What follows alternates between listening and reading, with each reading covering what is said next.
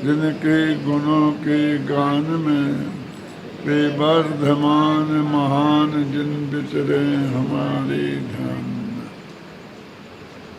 आज उत्तम शौच धर्म का दिन है। सुचेर भावा शौचा, पवित्रता का नाम शौच है। सुचिता माने पवित्रता। ये भगवान आत्मा क्रोध मान माया लोभ आदि कसायों से, मोह राग द्वेष आदि भावों से मैला हो रहा है और उनके अभाव से ये परम पवित्र बनता है। तो ये भगवान आत्मा तो स्वभाव से परम पवित्र ही है। उस पवित्र स्वभाव के का आश्रय लेने से, उसमें अपनापन करने से, उसका ध्यान धरने से पर्याय में जो पवित्रता प्रकट होती है उसे उत्तम शौच धर्म कहते हैं। आपकी पूजन की पंक्ति में एक पंक्ति आती है, धर्म बड़ो संसार में, शौच धर्म के संदर्भ में, कि ये शौच धर्म लगभग सब धर्मों से बड़ा धर्म है। क्या बात करते हो? उत्तम क्षमा से, उत्तम मार्दव से, उत्तम आर्जव से, उनसे भी बड़ा है कि हाँ, उनसे भी बड़ा है। क्यों? क्योंकि क्षमा तो क्रोध के अभाव को कहते हैं, मार्दव तो मान के अभाव को कहते हैं, आर्जव तो माया के अभाव को कहते हैं, और शौच अकेले लोभ के अभाव को नहीं, 25 कसायों के अभाव को शौच धर्म कहते हैं। है ना? क्यों? कैसे? एक कसाएं जो 25 है ना, तो जब ये नष्ट होती हैं तो क्रोध मान माया सब नष्ट हो जाते हैं और अंत में लोभ बचता है। क्या? वो 10वें गुणस्थान के अंत तक रहता है। उसके पहले 25 कसाएं खत्म हो जाती हैं। तो ये समझ लो कि लोभ खत्म हो गया तो 25 कसाएं खत्म हो गई।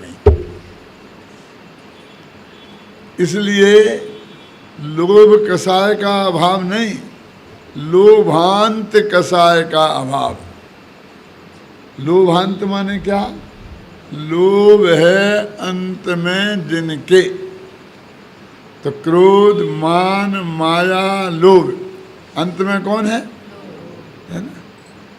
लोभ है अंत में जिनके, ऐसी कसायों के अभाव का नाम शौच धर्म है।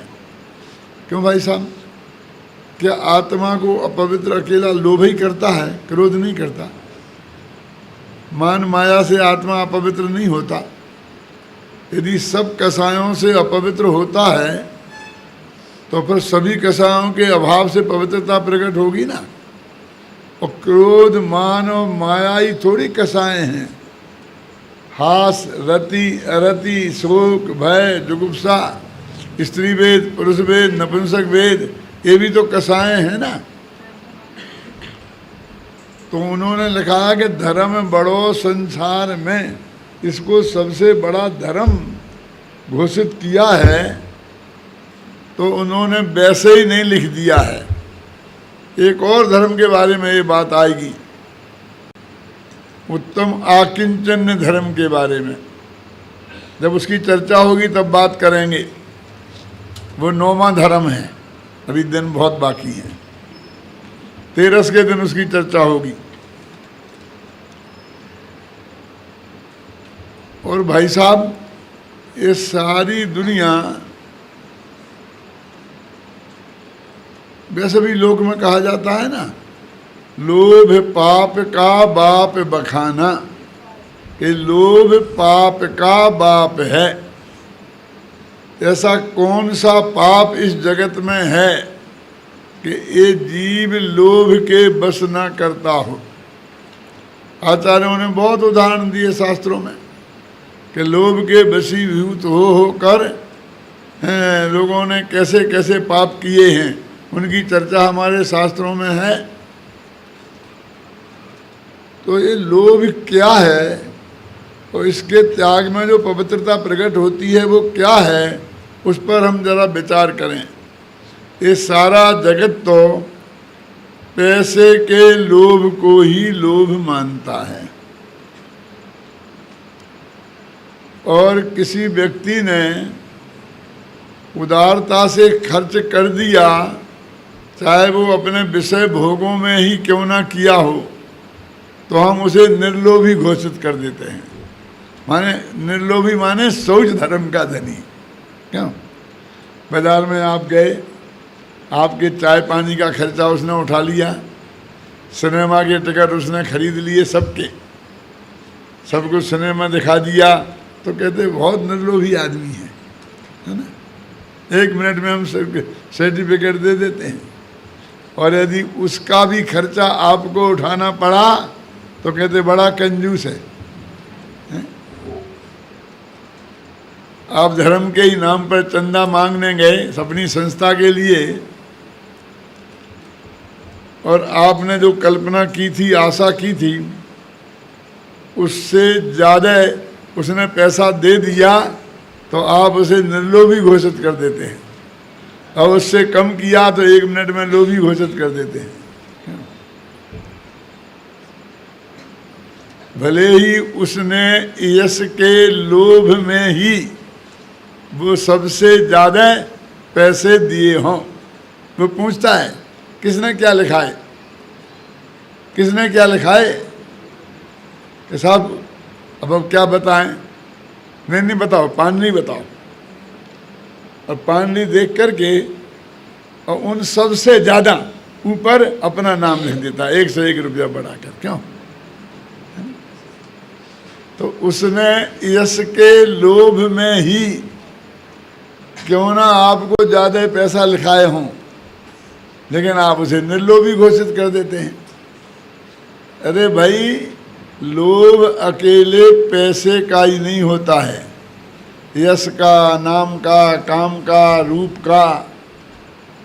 रूप के लोभियों को पैसा पानी की तरह बहाते हुए आपने कहीं भी देख सकते हैं। नाम के लोभियों को पैसा पानी की तरह बहाते हुए आप कहीं भी देख सकते हैं ना। इतिहास में उदाहरण हैं, पुराणों में कहानियाँ आती हैं। पवनजय अंजना के रूप पर ही तो लुभाए थे, राजा सैनिक चेलना के रूप पर ही तो लुभाए थे, और वो कौन सा अष्टम एडवर्ब था, कौन कौन था। और हमें क्यों जाए इतिहास में, हम तो रोजाना घटनाएं देखते हैं ना, अखबारों में पढ़ते हैं, टीवी पर देखते हैं। क्यों? कि रूप के चक्कर में कैसी कैसी घटनाएं इस जगत में होती हैं। नाम के लोभी ऐसा कहते हुए आपको जगत में कहीं भी मिल जाएंगे। क्या रखा है, एक दिन तो सबको मरना ही है। यदि कुछ अच्छा दान दे के अपना नाम लिखा जाओगे तो तुम्हारा नाम अमर हो जाएगा। क्यों? यानी अमर आत्मा को मरना है और नाम अमर हो जाएगा। आपको मालूम है, जब भरत चक्रवर्ती दिग्विजय करके अंत में एक शिला है जहाँ चक्रवर्ती लोग अपना नाम लिखते हैं कि हमने 6 खंड को जीत लिया। उस शिला पर नाम लिखने गए तो उन्हें इस बात का बहुत अभिमान था कि मैं पहला चक्रवर्ती हूँ। क्या?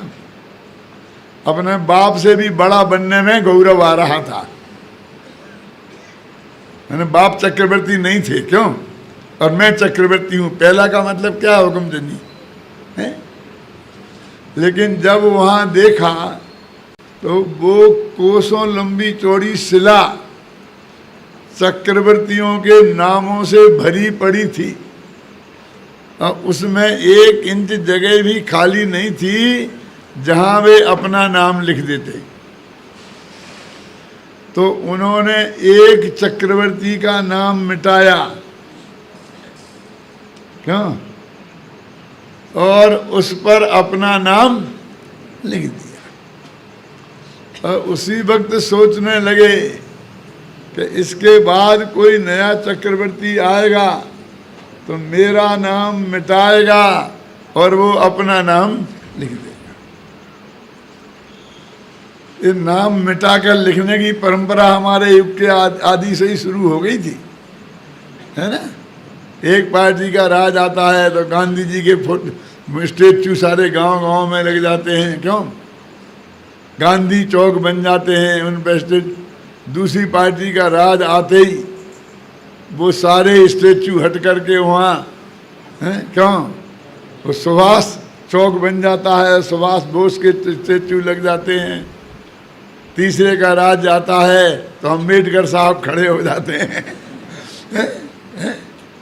और उनके हट जाते हैं। बनाने के चक्कर में कौन पड़े, बना बनाया बढ़िया बगीचा है, चौराहा है, क्यों, उसका नाम हटाकर अपना नाम लगाने में इससे बढ़िया और क्या है। इसलिए कहते हैं कि पैसे का लोभ ही सब कुछ नहीं है। पैसे का लोभ तो मनुष्य गति की नई कमाई है। शास्त्रों में पैसे नाम का कोई लोभ है नहीं। शास्त्रों में ये लिखा है कि मनुष्य गति में मान की प्रधानता होती है, नरक गति में क्रोध की प्रधानता होती है, त्रिंच गति में माया की प्रधानता होती है और देव गति में लोभ की प्रधानता होती है। और देव गति में क्या डॉलर चलता है कि रुपया कि पाउंड, वहाँ कोई कौन सा सिक्का चलता है, बोलो, वहाँ रुपये का प्रचलन ही नहीं है। यदि रुपये पैसे का लोभ ही सब कुछ होता तो उस हिसाब से देव गति में तो लोभ होना ही नहीं चाहिए, हैं, नरक गति में भी नहीं होना चाहिए, त्रिंच गति में भी नहीं होना चाहिए। एक गाय भैंसें हैं ना, इनके सामने घास डाल दो तो उस पर टूट पड़ेंगी, और तुम 10,000 का नोट डाल दो, क्यों, तो सूंघेंगी भी नहीं।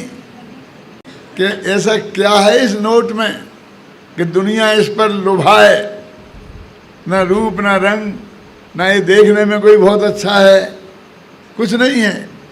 अरे इससे 5 इंद्रियों के विषयों की भोग सामग्री मिलती है, ये उसकी प्राप्ति का साधन है, इसलिए हम इस पर इसका लोभ करते हैं। काल में ना 5 इंद्रियों के विषयों की प्राप्ति का साधन है। यदि वो नहीं हो तो इसे कोई नहीं पूछे। पहले 1000 रुपये का नोट चलता था ना, अब भी चलने लग गया ना दोबारा, बीच में बंद हो गया था। अब बंद हो जाने के बाद उसकी क्या कीमत है, कागज का टुकड़ा है। इसलिए कहते हैं भाई कि असली लोभ तो 5 इंद्रियों के विषयों का है, उसकी तरफ हमारा ध्यान नहीं है, और हमारा सारा ध्यान पैसे के लोभ पर ही केंद्रित हो गया है। लोभ के कितने कितने रूप हैं, ये लोभ है क्या। आचार्य रामचंद्र शुक्ल एक हिंदी के बहुत बड़े विद्वान हुए हैं, शायद मैंने थोड़ी चर्चा इनकी की थी। इंटर पास थे और एमए वालों को पढ़ाते थे, स्वयं तो पीएचडी नहीं थे, क्यों, लेकिन उन पर कई पीएचडी हो गई। उनने मनोविज्ञानों पर बहुत अच्छे लेख लिखे हैं। तो उनमें एक लोभ नाम का लेख भी लिखा है। उनने लिखा कि जब ये लोभ वस्तु के प्रति होता है तो लोभ लालच तृष्णा कहा जाता है, और जब वो व्यक्ति के प्रति होता है तो इसे हम प्रेम कहने लगते हैं। यानी प्रेम भी लोभ का ही एक भेद है, समझे ना। अपने बेटे के प्रति, माँ बाप के प्रति, पत्नी के प्रति, है ना, तो उसे हम प्रेम कहने लगते हैं। और प्रेम तो पवित्र चीज हो गई आजकल। प्रेम की तो हमेशा जीत होती है, कोई भी सिनेमा जाके देख लो।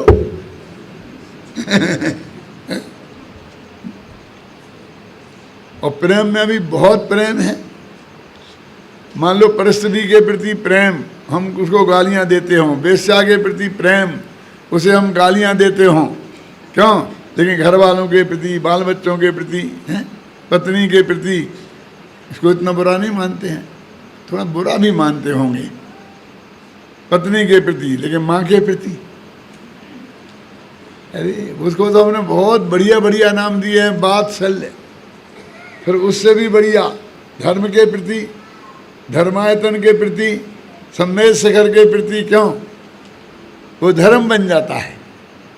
वो कहते हैं भाई साहब, जैसे तुम धर्म प्रेम कह रहे, वो लोभ का ही एक रूप है। बोलो, इसको आप लोभ कसाय है, एक कसाय है। जैसे आपने इतने परम परम पवित्र नाम दिए हैं, मैं आपसे पूछता हूँ कि यदि ये कसाय नहीं है और त्यागने योग्य नहीं है, तो हमारे मुनिराज ये सब को छोड़ के क्यों जाते हैं? वो पत्नी को छोड़ के जाते, अम्मा जी को छोड़ के क्यों जाते हैं? माँ बाप बाल बच्चों को एक साथ छोड़ते हैं कि नहीं? यानी उनकी दृष्टि में इन सब के प्रति जो राग है वो एक सा ही त्यागने योग्य है। क्या आप राग क्यों कहते हो? लोभ कहो ना, प्रेम कहो ना। फिर प्रेम ये वात्सल्य, हमने इतने बढ़िया बढ़िया नाम रखे हैं कि वो धर्म सा लगता नहीं, हमें धर्म ही लगने लगता है। हम उसकी साधना और उपासना करने के लिए तैयार हो जाते हैं। वसुधैव कुटुम्बकम, सारी दुनिया से प्रेम कहो, प्रेम से रहो, प्रेम से रहो। बोलते कि नहीं बोलते? बोलिए। तो आप कह सकते हैं कि आप क्या कहना चाहते हैं कि हम प्रेम से नहीं रहें? यदि आप ऐसा समझ रहे हैं तो सही समझ रहे हैं। देखो, अपन ने कहा था ना, ये 25 कसायों में 12 कसाएं द्वेष रूप हैं और 13 कसाएं राग रूप हैं। याद है?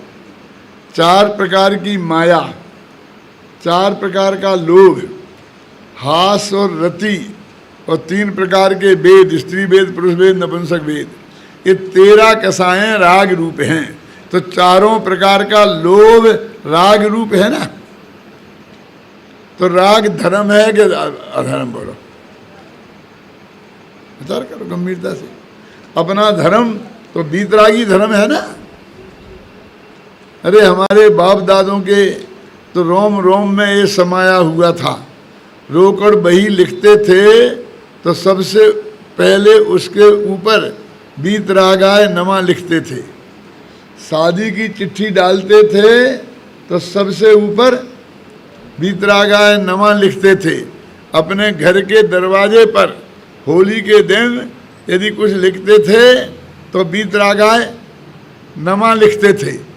यानी वो बीतरागता को धर्म घोषित करते थे। अपने बात बात में, राग के काम में भी राग को नमस्कार नहीं करते थे, बीतरागता को नमस्कार करते थे। शादी तो राग का काम है ना। तो इसलिए वो कहते हैं कि ये 13 प्रकार की जो कसाएं हैं उनमें 4 प्रकार का लोभ आ गया ना। तो इसका मतलब ये हो गया कि वो राग कसाय रूप है, क्योंकि 13 कसाएं हैं ना। अब राग कहने में से उतना हमको वो अटपटा नहीं लगता है जब उसे कसाय कहो। क्यों? शुभ कसाय भाई साहब, अशुभ कसाय नहीं करें, शुभ कसाय तो करें। तो कहीं कसाय भी शुभ होती है तो हम पहली दफे सुन रहे हैं। राग को तो हमने शुभ सुना है, लेकिन कसाय भी शुभ होती है ये हमारे ध्यान में ही नहीं है। भाई लोभ भी एक कसाय है ना, और वो राग रूप है। तो लोभ को, त्याग को सबसे बड़ा धर्म घोषित करके राग के त्याग को वे सबसे बड़ा धर्म घोषित कर रहे हैं। ये सोचो गंभीरता से। लोभ का जितना विस्तार है इस जगत में, हमने उस विस्तार में हम कहाँ लेते हैं उसे। हम तो अकेले बस थोड़ा सा, मैंने बोला ना कि कुछ ज़्यादा ही गिरदता हो तो उसे लोभी कहते हैं, और उसने विषय कसाय में ही ज़्यादा खर्च कर दिया तो हम उसे निर्लोभी घोषित करने में नहीं चूकते हैं। और ये देखिए, ये जितने जितने ये पार्टियों पे नाम लिखाए हैं, क्यों एक यश के लोभ में नहीं लिखाए हैं, ये नाम के लोभ में नहीं लिखाए हैं। ये काय का प्रमाण है? क्यों कि भाई साहब हम आपका पूरा बनवा देंगे, मंदिर पूरा बनवा देंगे, आपको एक पैसा कहीं से नहीं लाना पड़ेगा, बस एक बात बताओ कि हमारा नाम कहाँ लिखाओगे, कि आप जहाँ कहो वहाँ लिखा दें। हम तो सर्वस्व समर्पण करने के लिए तैयार हैं उनको। जब तुम पूरे ही खर्चा उठाने को तैयार हो, तुम जो कहो हम वो कहें। तुम तो कहो तो भगवान के बगल में तुम्हारी भी एक मूर्ति रख जाए, यदि वो कहते तो हम रख देते। स्टेचू लगाने को तो तैयार हो ही जाते हैं ना।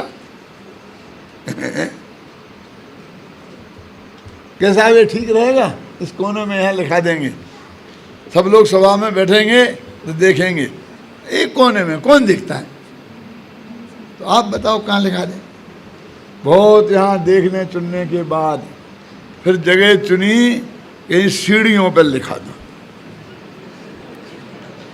क्योंकि हर आदमी चढ़ेगा मंदिर में तो सीढ़ी को तो देखेगा ही, अन्यथा गिर सकता है ना, नीचे ऊंचा पैर पड़ गया तो।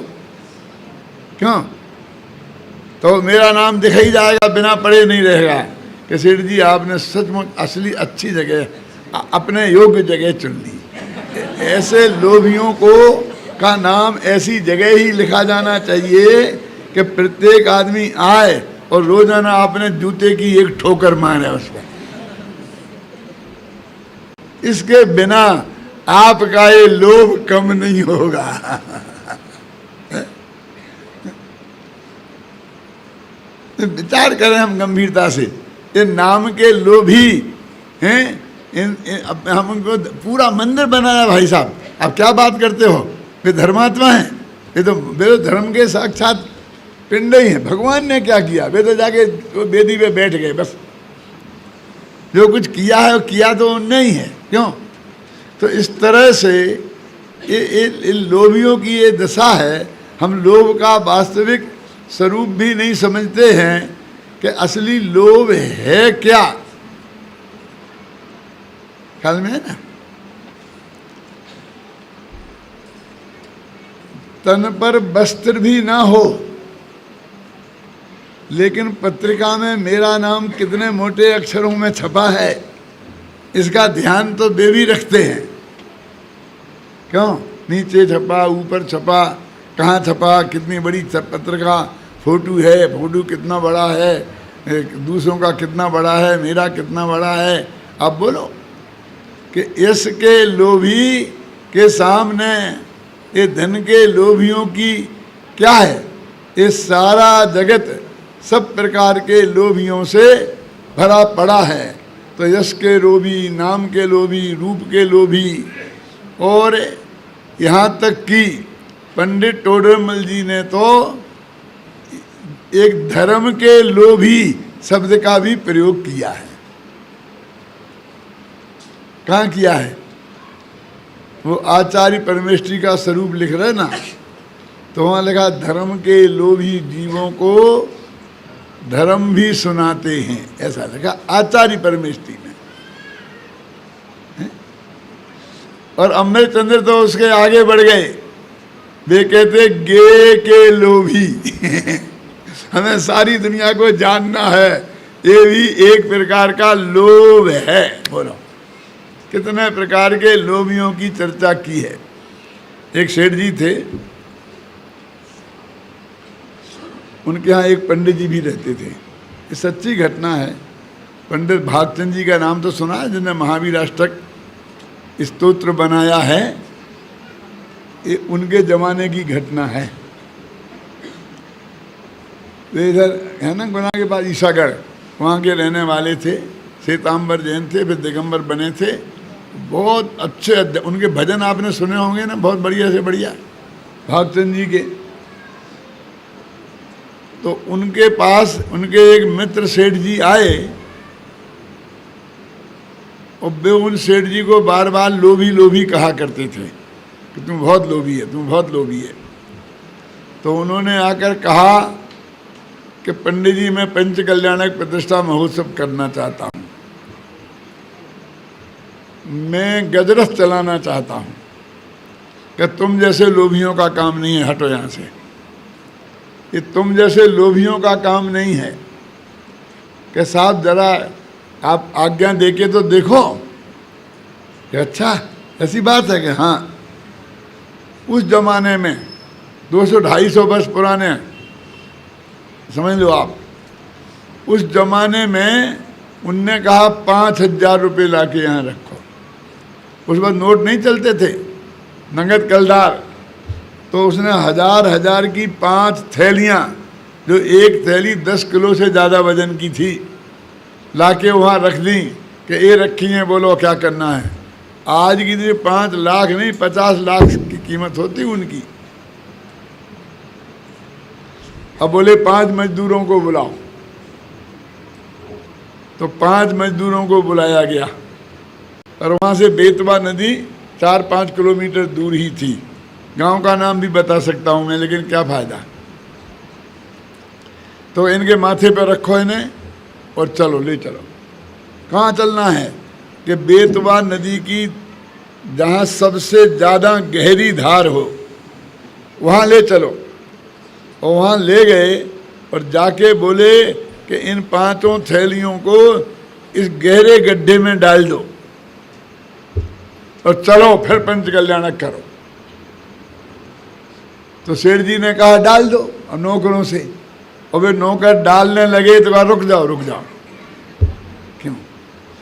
कि मेरा मतलब ये है कि इतना समझ लो कि इतने तो पानी में गए हैं, और अब तुम्हारी ताकत हो करने की तो बोलो। कहने का आशय ये है कि जो भी कल्पना तुमने की हो उससे इतने ज़्यादा खर्च होंगे, और अब तुम पहले से ही समझ लो कि हम बाद में ज़्यादा हो, संकलेश परिणाम हो, उसमें मज़ा नहीं आएगा, ना तुम्हें ना हमें।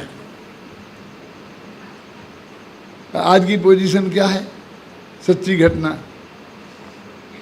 मेरे से बोले एक भाई कि पंडित जी हमें पंच कल्याण कराना है, कितना खर्चा हो जाएगा?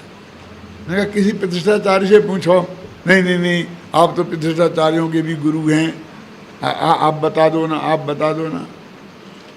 तो मैंने कहा उनसे पूछ लो ना। क्या नहीं नहीं आप बता दो।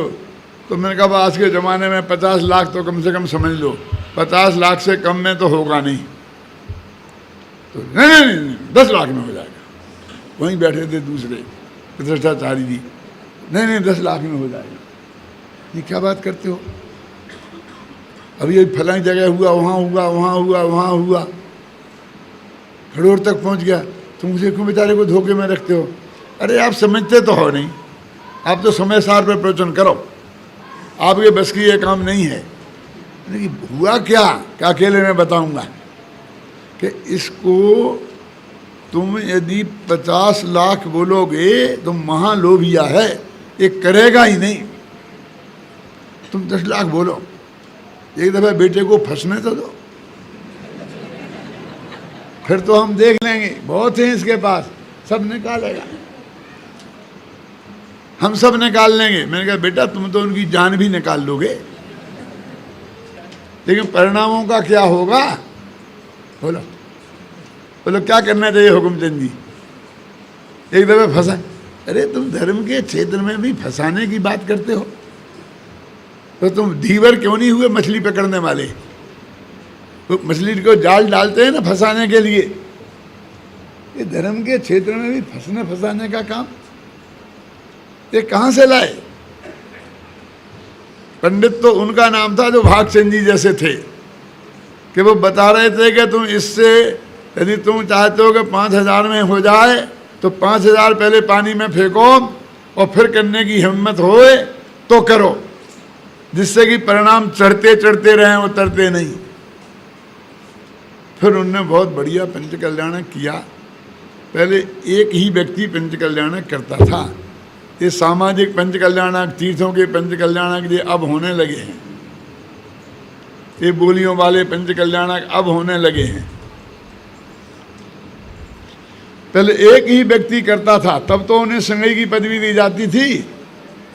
अब तुम 1000 आदमी मिलके करोगे तो 1000 को दोगे संगई की पदवी, और 1000 को भी बांटने लग गए हैं। अब तो हमारे बाप का जाता क्या है, मुफ्त की है सब देना क्या है? क्यों होने लग गया कि नहीं? पदवी कैसे दोगे बोलो? समाज की तरफ से करोगे, पंचायत की तरफ से, पंचायत को संघ की पदवी दोगे, किसको दोगे? मैं तो सिर्फ शौच धर्म का स्वरूप समझा रहा हूँ, मुझे उससे कुछ लेना देना नहीं है। मेरा उसमें कोई विरोध ऐसा कुछ है, ऐसा कुछ नहीं है। मैं तो आपको स्वरूप समझाने की कोशिश कर रहा हूँ। फिर उन्होंने बहुत बढ़िया पंच कल्याण किया, सारे गांव को निमंत्रण दिया, खाना खिलाया सबको, सारे गांव का मतलब समझे, 7 जात को। अब तो अभी तो हम साधर्मियों को नहीं खिला पाते हैं, उसमें हमारा पसीना छूटता है। फिर भी कहते खाना बचा रहा तो जंगल में झाड़ियों के नीचे डाला गया कि पशु पक्षी आकर के खा लेंगे। इतना बढ़िया पंच कल्याणक हुआ, सेठ जी खुश, पंडित जी खुश, बढ़िया सब खुश हुआ। सेठ जी बोले पंडित जी से, पंडित जी अब एक बार मुझे आप लोभी और कहो। क्या कहा? एक बार लोभी और कहो। आप मुझे हमेशा जिंदगी में लोभी लोभी कहते थे ना, अब एक बार लोभी और कहो। तो उनने कहा लोभी लोभी और महालोभी। ऐसे काम नहीं चलेगा कि तुमने कह दिया, सिद्ध करना पड़ेगा कि मैं कैसे लोभी हूं। तो उनने कहा कि पहले तुमने इस भव में इस धन को खूब भोगा, अब मरने का नंबर आ गया तो अगले भव में भी भोगने को ये धन मिले इसके लिए तुम्हें ले जाने का ये रास्ता सूझा। ऐसा तो जाएगा नहीं जो मकान उठ के। तो सुना था कि दान देंगे तो पुण्य बंधेगा, तो अगले भव में उदय में आएगा तो हमें मिल जाएगा। ये तुमने शास्त्रों में पढ़ा था, तो तुमने ये अगले भव का इंतजाम किया है, तो हम तुम्हें महालोभी नहीं कहें तो क्या कहें बोलो?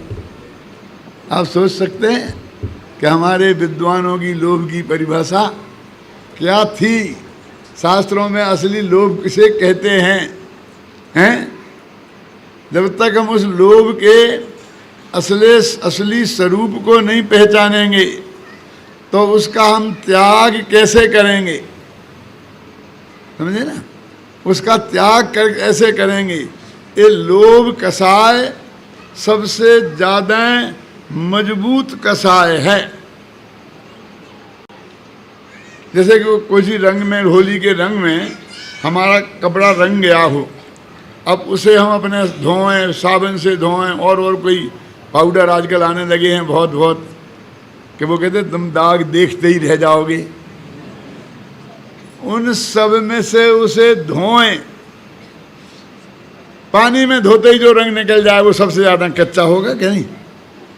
और फिर धोते धोते अंत में एक रंग ऐसा कि निकले ही नहीं, क्योंकि सबसे अंत में निकले तो सबसे गाढ़ा रंग तो वही कहलाएगा ना। तो ये भगवान आत्मा को हमने बहुत धोया, लेकिन अंत में ये लोभ रह गया। क्यों? सब धुल गए, क्रोध मान माया सब गए। हास रति रति शोक भय जुगुप्सा सब 8वें 9वें गुणस्थान में खत्म हो जाते हैं। और कौन से गुणस्थान के किस भाग में कौन सा कसाय खत्म होती है, ये करुणानि योग वालों से पूछ लेना, वे बता देंगे। इतना मैं बता रहा हूं कि सब 9वें में खत्म हो जाते हैं। 10वें में अकेला लोभ, बहुत सूक्ष्म लोभ रहता है। तो सबसे ज्यादा मजबूत कसाय कहलाई ना कि भाई ये रंग छूट जाएगा तो समझ लो इस साबुन से सारे रंग छूट जाएंगे। क्यों? तो जिस धर्म से ये लोभ छूट जाए, ये राग छूट जाए, उससे सब कसाएं छूट जाएंगी। इसलिए इस धर्म को सबसे बड़ा धर्म कहा। देखो जरा विचार करो गंभीरता से। शौच धर्म है ना, तो इतने ये महान जो शौच धर्म, जो सबसे बड़ा शौच धर्म है, उसे हमने नहाने धोने तक सीमित कर दिया है। क्यों? बस नहाया धोया और हम पवित्र हो गए। एक बात सुन लो, दिन में 3 दफे नहाने वालों के शौच धर्म उतना उत्कृष्ट कोटि का नहीं होता जितना उत्कृष्ट कोटि का जीवन भर नहीं नहाने की प्रतिज्ञा लेने वाले मुनिराजों के होता है। यदि ये नहाने धोने का नाम शौच धर्म होता तो वह मुनिराजों को नहीं होता और गृहस्थों को होता है? तो क्या कहने फिर? अब नहाए धोए भी नहीं कल से। अरे खूब नहाओ धो, हम मना नहीं कर रहे हैं, है ना। लेकिन ये बात समझ लो कि तुम ये समझ रहे हो कि हमने नहा धो लिया तो हम परम पवित्र हो गए। हमने ऐसी माताओं बहनों को देखा है कि सुबह से उठते हैं, भयंकर माघ का महीना हो, भयंकर सर्दी पड़ रही हो, 0 पॉइंट पर टेम्परेचर पहुंच गया हो, तो भी सुबह उठेंगी, खुद नहाएंगी, भैंस को नहाएंगी, बाल्टी को नहाएंगी और उसमें उसका दूध निकालेंगी, वो दूध पीती हैं। कितनी धर्मात्मा होंगी, कितनी परम पवित्र होंगी बोलो। और छू छू छू छू, और दूसरे दूर रहे, दूर रहे, तू दूर रहे, तू दूर रहे, सब अपवित्र हैं और एक परम पवित्र वो ही हैं। तो क्या करें? अरे भाई, तुम डॉक्टर लोग भी कहते हैं कि इन्फेक्शन हो जाएगा, गंदगी से दूर रहो, सफाई से रहो। हम कम मना करते हैं, आप अच्छी तरह से सफाई से रखो, इसका कोई निषेध नहीं है। लेकिन वो धर्म है और वो शौच धर्म है, ये बात नहीं है। ये हम देह मैली सुगुण थैली शौच गुण लाधू है। देखा ना, ये देह तो मैली है भाई साहब। इस देह को नहाने से क्या होगा? लेकिन ये देह मैली है, लेकिन सुगुणों थैली, इसमें भगवान आत्मा है, उसमें अनंत गुण हैं, वो इसमें है ना। तो ये थैली है और भगवान आत्मा माल है जो इसके अंदर है। तो उसे धो ना। क्यों? यह देह मैली सुगुण थैली शौच गुण साधु है, लिखा क्या नहीं? वो नहीं नहाने वाले साधु शौच गुण को प्राप्त करते हैं और दिन में 3 दफे नहाने वाले उस शौच गुण को प्राप्त नहीं करते हैं। सम्यक दृष्टि होए भी तो थोड़ा बहुत प्राप्त करते हैं। 3 कसाय का, 3 प्रकार के लोभ के अभाव रूप जो शुद्ध धर्म है वो मुनिराजों के ही होता है। देखो, एक केवल ज्ञान है, हमको केवल ज्ञान चाहिए ना। तो वो राग जब तक पूरी तरह नष्ट नहीं हो जाएगा, ये लोभ है ना अंत में 10वें गुणस्थान में, तब तक केवल ज्ञान नहीं होगा, अनंत सुख नहीं होगा। आप जानते हैं, एक समय पहले ये जीव बीतरागी होता है, तो उसके बाद एक समय बाद केवल ज्ञानी अतीन्द्रिय आनंद का भोक्ता, असली सुख का भोक्ता होता है। आप जानते, सुना कभी? ये बीतराग पहले होना पड़ता है, बाद में सर्वज्ञ बनता है।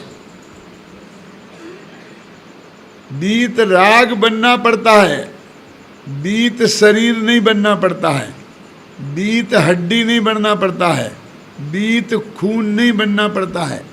हड्डी, खून, मल, मूत्र जो सारा है ना, ये जो है हड्डी और खून की उपस्थिति में केवल ज्ञान हो जाता है। और राग का लोभ अंश मात्र भी रहे तो केवल ज्ञान नहीं होता। बोलो सबसे ज्यादा गंदा कौन है? लोभ गंदा है कि हड्डी, खून, मांस गंदा है? 13वें गुणस्थान में शरीर रहता है कि नहीं? हड्डी रहती है कि नहीं? उसमें खून रहता है कि नहीं? हड्डी और खून की उपस्थिति में केवल ज्ञान हो गया, अनंत सुख हो गया, है ना, अनंत वीर प्रकट हो गया। लेकिन राग की उपस्थिति में, लोभ की उपस्थिति में केवल ज्ञान और अनंत सुख की प्राप्ति नहीं होती है। सबसे ज्यादा अपवित्र कौन है? हम तो इस शरीर को धोने में लग रहे हैं।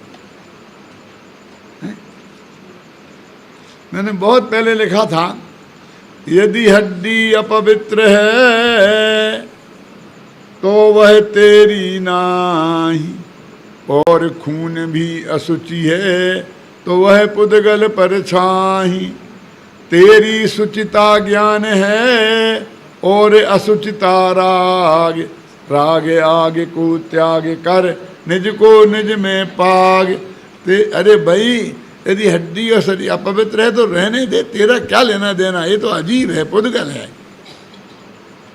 और तू तो पुद्गल से भिन्न है। तेरा और इसके बीच में तो अत्यंता भाव है। अरे पड़ोसी नालायक है तो रहने दे, पड़ोसी का बेटा नालायक है तो रहने दे, अपना बेटा नहीं होना चाहिए। तू अपनी बात करना। यदि हड्डी अपवित्र है तो वह तेरी नहीं, और खून भी अशुचि है, वो तो बहुत पवित्र। अरे भाई साहब, क्यों? तो हड्डी को हड्डी छूती है तो हड्डी को नहाना पड़ता है। अरे वाह, गजब हो गया। ये दांत है ना अपने, ये क्या है? हड्डी है ना। ये नाखून है, ये क्या है? हड्डी है। और इनसे खाना खाते हो तो हड्डी से ही चबाते हो, तो कोई अपवित्रता नहीं होती है। क्यों? अरे हम बिल्कुल साफ कर लेते हैं कोलगेट के सुरक्षा चक्र से, इसे परम पवित्र बना ले। मैं पूछता हूं कि तुम्हारा अपवित्र मोह, असुचि मोह, कितने दफे कुल्ला करो तो शुचि हो जाएगा? 100 दफे कुल्ला करो, किसी से भी करो, और फिर मुंह में पानी भरो और किसी के ऊपर बुलक दो, फिर देखना क्या होता है। तूने मेरा जूठा पानी मेरे पे डाला, कि जूठा कहाँ था? मैं तो 100 दफे कुल्ला किया था। ये तुम्हारा मोह इतना पवित्र है, 100 दफे कुल्ला करने पे भी पवित्र नहीं होता है, जूठा ही रहता है ना। और इसे, जिस पानी को पीकर कुल्ला करके तुम पवित्र करना चाहते हो, वो पानी जूठा हो जाता है, वो अपवित्र हो जाता है। कैसे आदमी हो? पारस तो उसे कहते हैं जो लोहे को छुए तो सोना बना दे। क्यों? जिसको सोना छुए वो लोहा बन जाए, उसे पारस कहेंगे। इस मोह को, इस हड्डी को कितना हम दबे धोएं तो पवित्र होता है? नहीं होता है। ये तो पवित्र होता ही नहीं है। कितना ही साफ करें। मैं तो अपनी असुचि भावना में लिखा है, इस देह के संयोग में जो वास्तु पल भर आएगी, वह भी मलिन मल मूत्र में दुर्गंधमय हो जाएगी। सोचो, देह के संयोग में जो वस्तु आई, बहुत बढ़िया अठपहरा घी का, है ना, और क्या वो क्या क्या हाथ चक्की के आटे का बढ़िया हलवा बनाओ, क्यों? परम शुद्ध है, लेकिन उसे थोड़ा ऐसा मुंह में चुभाओ, निकालो, और निकाल के फिर किसी से कहो कि तुम खा ले। उस परम शुद्ध हलवे की दुर्दशा तुम्हारे इस मुंह ने 1 सेकंड के स्पर्श से उसको अभक्ष बना दिया कि नहीं? क्यों? अब वो अंदर चला गया और फिर वोमिटिंग हो गई, फिर उसे कोई देखना पसंद नहीं करता। सोचो, बोलो, एक दुर्दशा उस हलवा की कैसे हुई? तेरे शरीर के संयोग से, और वो हलवा 8-10 घंटे पेट में रह गया और फिर किसी रास्ते से निकला तो लोग उसका नाम लेना पसंद नहीं करते। बोलो, उस परम पवित्र हलवा की ये दुर्दशा किसने की? जिसे नहा नहा के तुम परम पवित्र होना चाहते हो। इस देह के संयोग में जो वस्तु पल भर आएगी, वह भी मलिन मल मूत्रमय दुर्गंधमय हो जाएगी। सब चीजें जो भी आएगी, पक्की बात है, नक्की। अगली पंक्ति पढ़ो बेटा। किंतु रह इस देह में निर्मल रहा जो आत्मा। ये आत्मा अनादिकाल से इस देह में फंसा हुआ है। एक देह बदलती है तो दूसरी देह, क्यों? एक कैदी को एक जेल में रहता है और एक दिल्ली की जेल से अहमदाबाद की जेल में ले गए, तो जेल से निकल गया क्या? हम तो निकलते देखा था। अरे वो तो कस्टडी में है ना, तब तक जेल में ही है। जेल बदलने से क्या होता है? ऐसी ये देह रूपी जेल हमने अनादिकाल से कितनी बार बदली, लेकिन एक क्षण को इससे हम छूटे नहीं। कारमान देह तो साथ में ही रही ना, 4 पुलिस वाले तो साथ में ही लगे रहे। अनंत काल से भगवान आत्मा इस गंदे शरीर में रह रहा है, लेकिन रंच मात्र भी गंदा नहीं हुआ। किंतु रहे, वो तो लोहे को सोना करता है, जो वो पारस है। जो लोहे सोने को लोहा कर दे वो पारस थोड़ी है। असली पारस तो तुम हो। कैसे पारस हो? तुम पारस नहीं हो, सुपारस हो। एक क्वालिटी आगे हो तुम। क्या है क्वालिटी वो आगे? कि ऐसा पारस पत्थर दुनिया में नहीं देखा जो लोहे को सोना नहीं पारस बना दे। समझ गए ना? जो क्या करे? लोहे को पारस बना दे। लेकिन तुम्हारे बात को जो आत्मा मानते हैं, वे तुम जैसे भगवान हैं वैसे वे भगवान बन जाते हैं। तो क्या हुआ?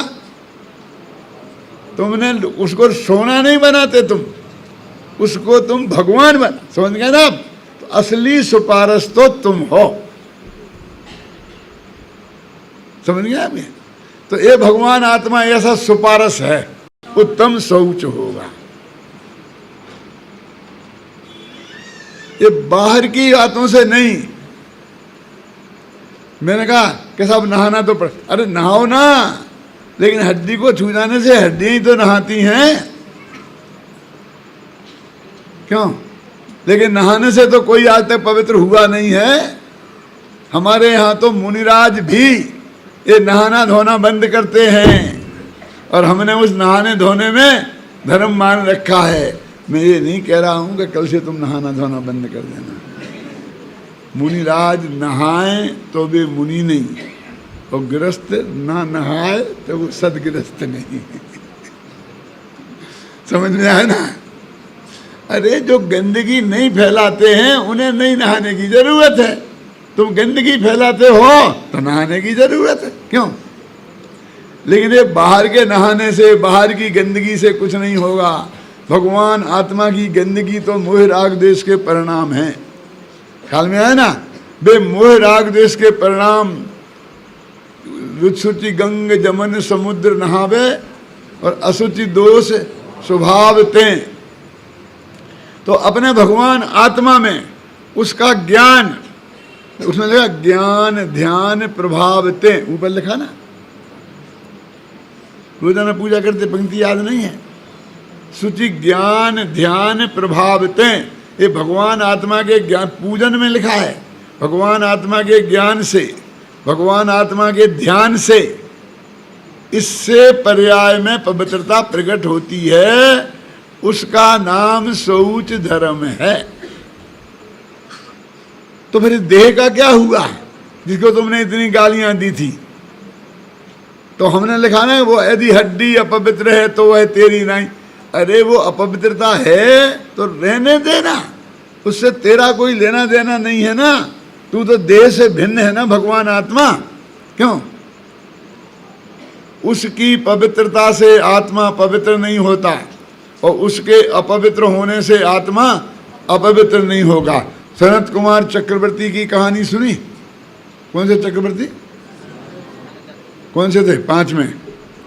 मालूम क्या है कि वो इतने सुंदर थे कामदेव, कि उनकी सुंदरता की प्रशंसा इंद्र की सभा में हुई। तो 2 देवों को ऐसा विकल्प आया कि हम जाकर उस आदमी को देख के तो आए। तो वो गए। जब राज दरबार में गए तो उस वक्त जब वे पहुंचे तब वो सनत चक्रवर्ती नहा रहे थे अपने बाथरूम में। तो उनने छिप कर के, देवता थे ना, उन्हें उनको देखा नग्न अवस्था में कि भाई देखो, जैसी प्रशंसा हो रही थी उससे भी ज़्यादा बढ़कर हैं। बहुत अच्छे लगे उन दोनों को। फिर जब राजा सज धज के, मुकुट मुकुट बांध कर, अच्छे वस्त्र पहनकर राजसभा में बैठे और तब वे दोनों देव पहुंचे और उन्होंने उनकी रूप की प्रशंसा की उनसे। जब तो उनने कहा कि तुमने वहाँ क्या देखा मुझे? वहाँ तो मैं नंगा था, नहा रहा था। अरे अब देखो मुझे, मैं सज धज के बैठा हूँ, तो तुम्हें देखना है तो उन्होंने कहा देखी। देखने के बाद वे बोले साहब वो बात नहीं है। क्या कह रहे? वो स्नान घर में जितने सुंदर तुम थे उतने सुंदर अब नहीं रहे। तो उन्होंने कहा भाई क्या बात करते हो? मैं तो उससे ज़्यादा अच्छा लगना चाहिए। कर दिया था, कुष्ठ रोग के कीटाणु घुस गए थे। अब आप कोढ़ की प्रकृति जानते हैं? ये 40 वर्ष पहले हमारे शरीर में जाता है और धीरे धीरे धीरे। अब आत्मा तो अब 6वें 7वें गुणस्थान में है तो पवित्र ज्यादा हुआ ना। 3 प्रकार का लोभ चला गया, अनंतानुबंधी, प्रत्याख्यानावरण, अप्रत्याख्यानावरण। क्यों? और उस वक्त साम्यक दृष्टि थे तो एक गया था, 3 प्रकार का लोभ था। तो भाई शरीर की पवित्रता से क्या लेना देना? ये आत्मा की पवित्रता होना चाहिए। तो तेरी सुचिता गहराई से अनुभूति करते हैं तो अप्रत्याख्यानावरण लोभ खत्म होता है। जब हर अंतर मुहूर्त में उस भगवान आत्मा का अनुभव करने लगते हैं तो प्रत्याख्यानावरण लोभ खत्म हो जाता है। और जब सदा के लिए आत्मा में समा जाते हैं तो संजलन लोभ खत्म हो जाता है और पूर्ण पवित्रता पर्याय में प्रकट हो जाती है। शरीर बना रहा, हड्डी खून मांस बना रहा और आत्मा परम पवित्र हो गया।